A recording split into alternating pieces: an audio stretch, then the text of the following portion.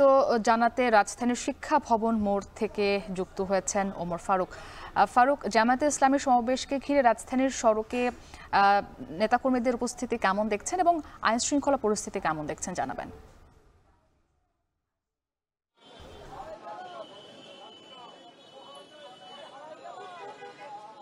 মুক্তি, আমরা আপনি যেমনটি বলছিলেন যে ঢাকার কিন্তু প্রবেশদ্বার, অন্যতম একটি প্রবেশদ্বার এই শিক্ষা ভবন। কারণ হচ্ছে এখান থেকে বিশেষ করে যে দক্ষিণাঞ্চলের যে সকল নেতাকর্মীরা রয়েছেন, বিশেষ করে ভোলা, বরিশাল, পটুয়াখালী, এছাড়াও চট্টগ্রাম, কুমিল্লা সহ এই সকল জেলার যে নেতাকর্মীরা রয়েছে তারা কিন্তু এই প্রবেশদ্বার দিয়ে তারা প্রবেশ করছেন। আমরা যেমনটা দেখেছি সকাল থেকেই নেতাকর্মীদের কিন্তু সরব উপস্থিতি আমরা লক্ষ্য করছি।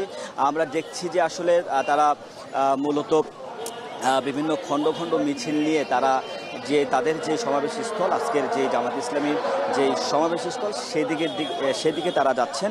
এবং আমরা দেখতে পাচ্ছি যে আসলে তারা বিভিন্ন ব্যানার, তাদের যে হচ্ছে দলীয় যে প্রতীক রয়েছে, দাঁড়িপাল্লা, ব্যানার সহ তারা হচ্ছে বিভিন্ন স্লোগানে তারা তাদের যেই সমাবেশ স্থল সেদিকে তারা যাচ্ছেন। এছাড়াও আমরা যেমনটি দেখেছি যে আসলে আইন শৃঙ্খলা পরিস্থিতিও স্বাভাবিক রয়েছে এবং ঢাকার যে গুরুত্বপূর্ণ স্থানগুলো রয়েছে সেখানে আমরা দেখেছি যে আইন শৃঙ্খলা বাহিনীর সরব উপস্থিতি রয়েছে। এছাড়াও আমরা জামাত ইসলামের পক্ষ থেকে আমাদেরকে যেমনটি জানানো হয়েছে যে আজকের সমাবেশ সুশৃঙ্খল এবং রাখার জন্য কিন্তু ঢাকার 20টি পয়েন্টে জামাত ইসলামীর প্রায় 6000 স্বেচ্ছাসেবক নিয়োজিত থাকবেন বলে আমাদেরকে জানিয়েছেন। আমরা যদি একটু বলে রাখি, আপনি দেখতে পাচ্ছেন যে আসলে আমরা দেখতে পাচ্ছি যে কিছুক্ষণ পরপরই খণ্ড খণ্ড মিছিল নিয়ে কিন্তু গুলিস্তান, এছাড়াও হচ্ছে আমরা দেখেছি যে নারায়ণগঞ্জ বা হচ্ছে ঢাকা, এখানে সাইনবোর্ড, শনিরাখড়া, এই সকল স্থান থেকেও কিন্তু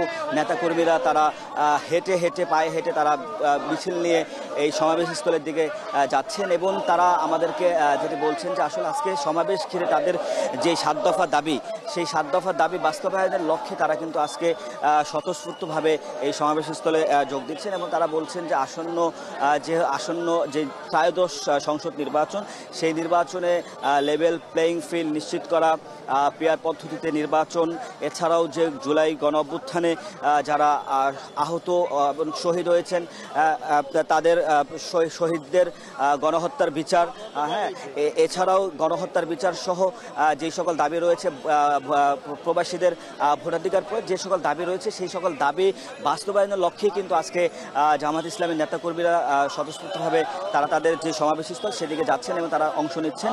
এবং তারা আমাদেরকে জানিয়েছেন যে আসলে তাদের এই স্বতঃস্ফূর্ত অংশগ্রহণ এবং তাদের যে দাবি সেটি তারা আজকে সমাবেশের মাধ্যমে জনগণ এবং সরকারকে তারা জানান দিতে চায়, যাতে আগামীর বাংলাদেশ সুন্দর একটি বাংলাদেশ তারা উপহার দিতে পারে। সেটি আমাদেরকে বলছিলেন মুক্তি। এই ছিল আজকে শিক্ষা ভবন থেকে সবশেষ।